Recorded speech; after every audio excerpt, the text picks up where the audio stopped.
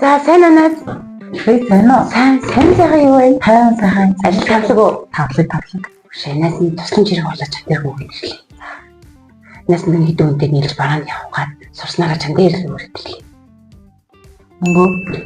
За болно хөө хэдий 8 сая байх болов.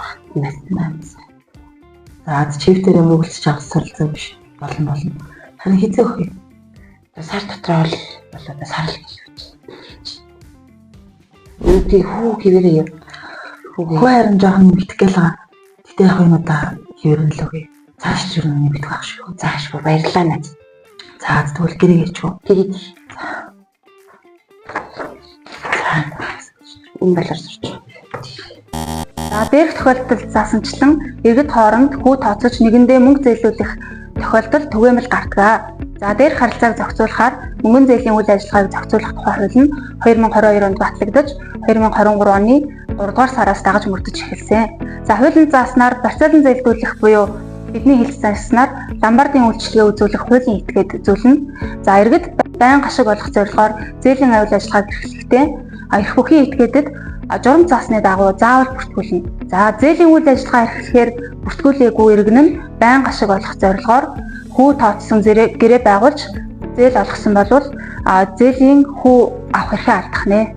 За бас нэг зүйл нь зээлийн хүүг иргэд хоорондоо өөрсдөө тогтоодог 5, 6, 7 гэх мэтчлэн.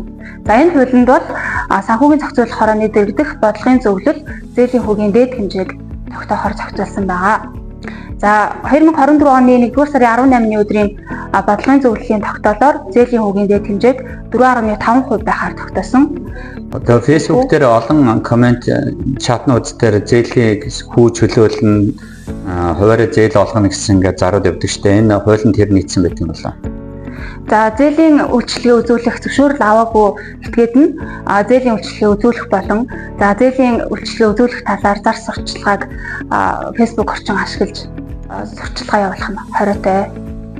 Тэгвэл ном журмын дагуу яаж одоо бүртгүүлж яаж зөвшөөрөл авах юм бол?